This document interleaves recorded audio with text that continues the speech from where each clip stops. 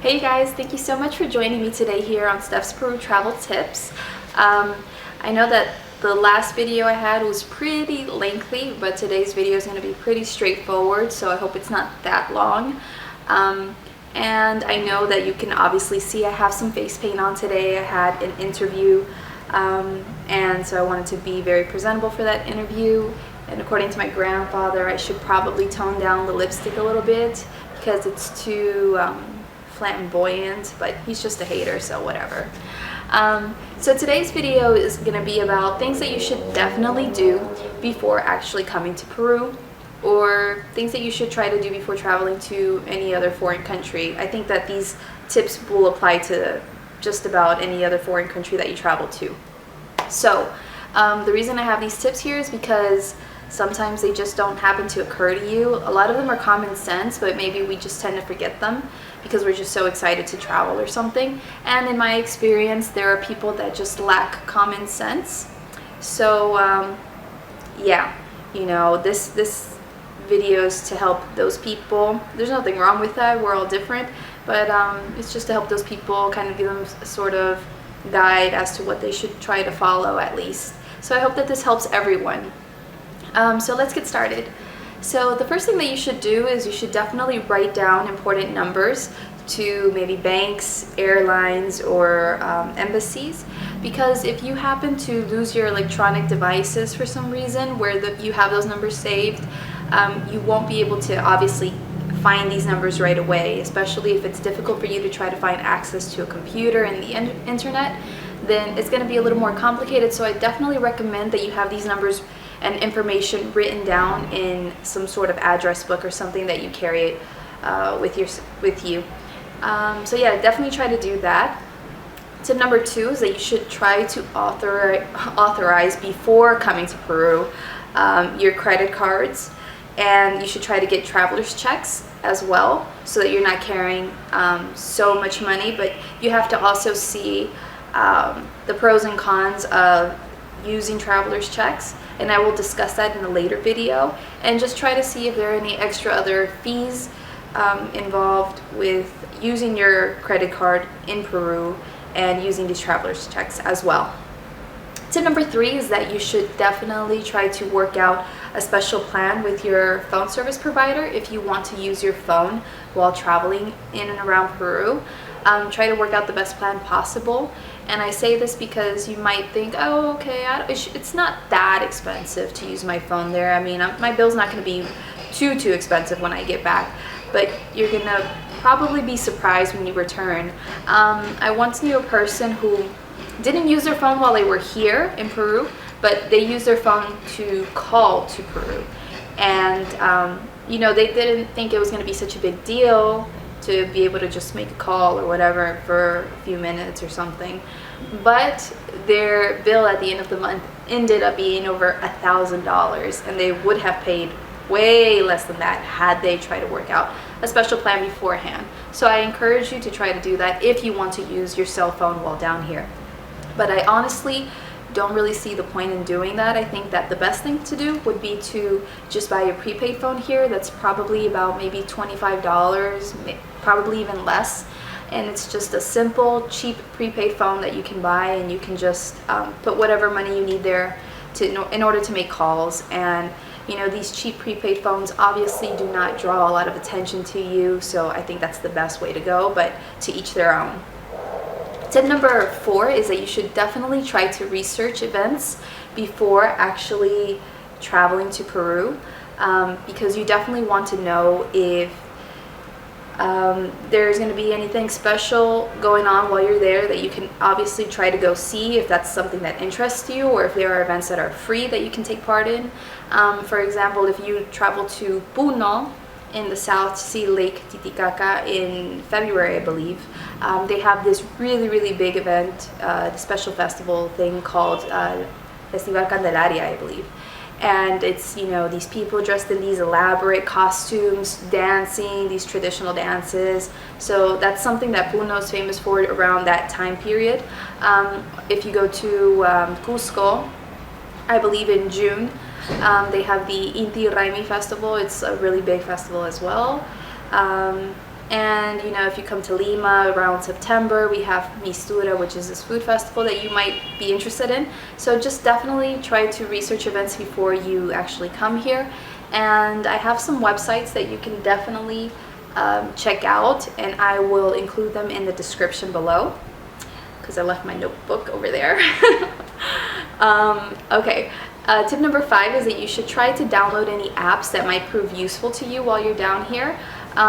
Probably gonna make a video on this later on when I research these apps more thoroughly, but you could probably, you know, if you're traveling to Cusco or an area that speaks Quechua, you could probably try to find a decent app that teaches you some Quechua that you can try to use when communicating with the locals there.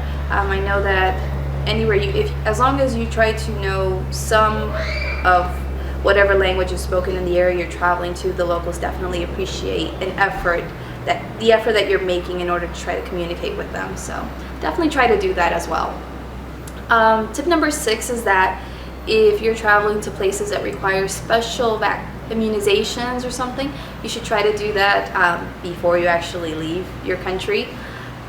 So for example, to travel to the jungle here, oftentimes people are required to have the yellow fever vaccination, and it's required, I believe for Americans, you should try to get that 10 days prior to actually going to the jungle. And I'm not exactly sure how strict they are with this whole yellow fever vaccination thing. I mean, I'm not sure if when you go to the airport or something, if they check to see if you have your vaccination papers or something. So I don't know too much about that.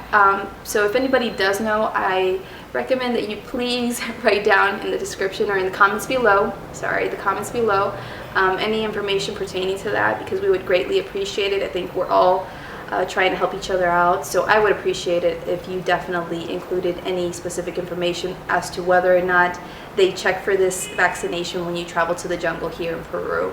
Tip number 7 is that you should try to register with your consulate when you arrive. I think that, you know, just in case anything happens to you, at least they have some sort of record of you actually being there and checking in and stuff. Nobody wants to do that, but you know, it could prove to be useful in some way. If you're missing or something, the consulate could probably try to reach your family much faster than as if you hadn't registered or checked in with them. So you might want to do that as well. Tip number 8 is that you might want to look into travel insurance, and this is because it can just save a lot of frustration and time. You know, if things happen to go wrong with you losing your luggage, or your luggage being lost, or missing flights or whatever, so definitely try to look into that. There's a lot of affordable insurance agencies out there for you. I'm really cheap, so I don't do all that, but you know, it is something good to do. I would definitely recommend it. If I had stuff that was definitely worth insuring, then I would definitely insure my stuff, but I'm cheap, so no, all my stuff is cheap, so whatever. And I will definitely include in the description below some sites that you can use for the travel insurance if that's something that interests you. Tip number 9 is that you should definitely look into voltage charge adapters. So if you're coming from the US, typically your devices have something like this here. It has like 2 little line thingy-majiggies. I don't know. And so yeah, that's typically what the devices in the US look like. But here in Peru, we have the electrical outlets that are adapted for these kinds of devices that have these things here. But we also have other ones that have like circular type things. This one works for both. So it works for the items or the devices that have like these circular type, I don't know what they're called, but you know what I'm trying to say here. So it works for the circular ones and the ones that have the little stick thingies. So yeah, that's my explanation. I obviously don't know anything about these things. So yeah, definitely look into that, because you don't, you know, not all of the electrical outlets are adapted for both things. You can either have them for one or the other. And if you have to be careful if the items that you're using are not compatible with the electrical current here. Here in Peru, we typically use our electrical appliances on 220 volts, 50 watts, sometimes 60 watts. And then in the really high-end hotels, you can find them, outlets that work at 110 volts, 50 watts. But this is not something that's very common here, so you definitely want to be careful when plugging something into the wall, because if it's not compatible, then it's just going to explode and it's going to be broken or something. So definitely be careful with that. Tip number 10 is that I highly recommend that you carry some extra clothes in your carry-on bag. I think that in your carry-on you should definitely have your important documents or papers, your passport and things like that, and your electronic devices such as your laptop and cameras. But you should also try to include, two pairs of jeans, maybe 2 shirts or something, some socks, because in case your things happen to get lost or stolen, you don't want to be completely helpless. You don't want to wear the same thing for days on end until you can find new clothes or buy new clothes. And this especially goes for people that are taller than normal. Here in Peru, most of us are very short. I'm actually kind of considered tall actually for a woman here, and I'm only 5'3", 5'2", or 1.60 meters. So I'm not that tall at all. And most people, especially men and women, they're around my height. They're either shorter than me around here, or they're a little bit taller than me, not too tall. You occasionally do find really, really tall Peruvians, but I think most of us are probably, less than 5'8", 5'9". I'm not sure, I haven't researched that, but there's not a lot of clothes for very tall individuals here, especially men. So, I definitely recommend that men, that are really tall, you should definitely try to include a pair of jeans or something, because it's going to be very hard for you to find jeans here in Peru, or maybe even shirts. So try to do that. And my last tip for you, I think it's my last tip unless I can think of one at the end. Tip number 11 is that you try to buy a money belt, which is an actual belt that has like a zipper like compartment on the inside that you can open up and hide your money there in case you don't want to carry it around in your wallet. Or you buy a money pouch, which is like a really thin fanny pack, but it's not a fanny pack because it's not fat. It's just really, really like thin, almost kind of like paper thin. And you insert your bills and other documents there, and it goes on the on the inside or underneath your shirt, and you can stick it maybe underneath your jeans or something. People can't really see that. So I definitely recommend that you try to get one of those so that you can carry money around with you safely. So in case, for some reason someone takes your bag or your purse or whatever, you still have your money and your important documents there. They're not that expensive either. I've looked on the internet. They range anywhere from maybe $7 to $16 depending on what you decide to get. So maybe you can even find them even cheaper. I don't know, but definitely look into that and try to get one of those. And yeah, I think that's it for right now. Of the things that you should do before coming down to Peru. I had one more, but I can't really remember in this moment what that was. So, oh well. So yeah, these are my suggestions. You obviously don't have to take them all, but just take the ones that you feel most comfortable with.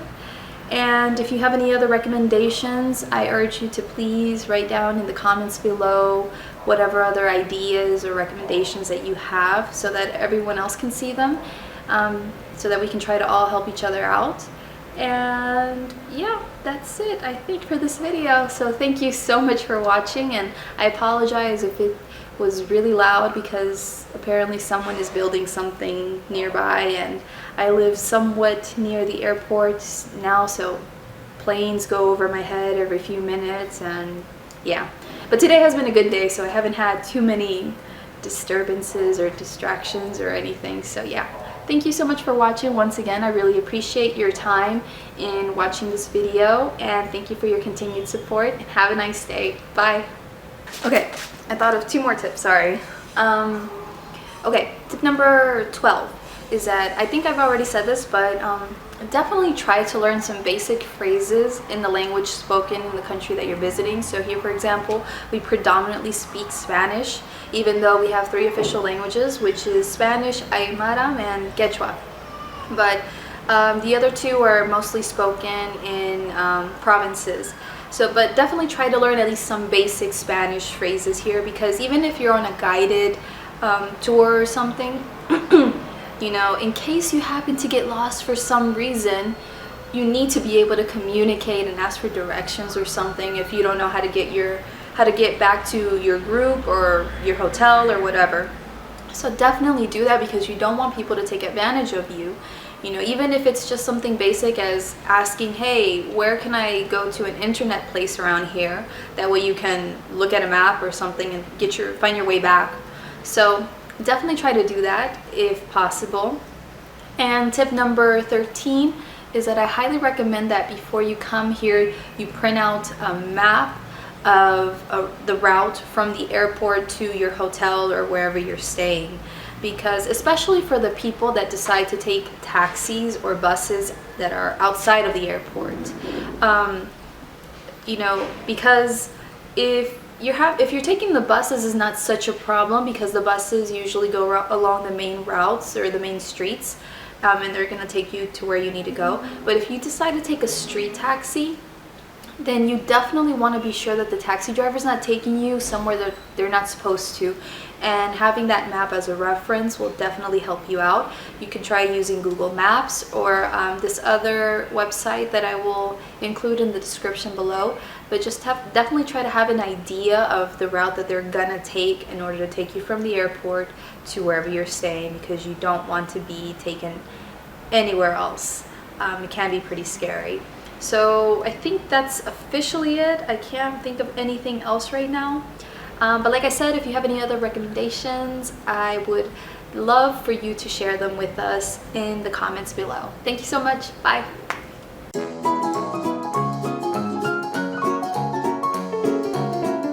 I honestly don't think there's an airplane flying over my head. I'm sorry. I live kind of near the airport, so you will hear planes like every few minutes.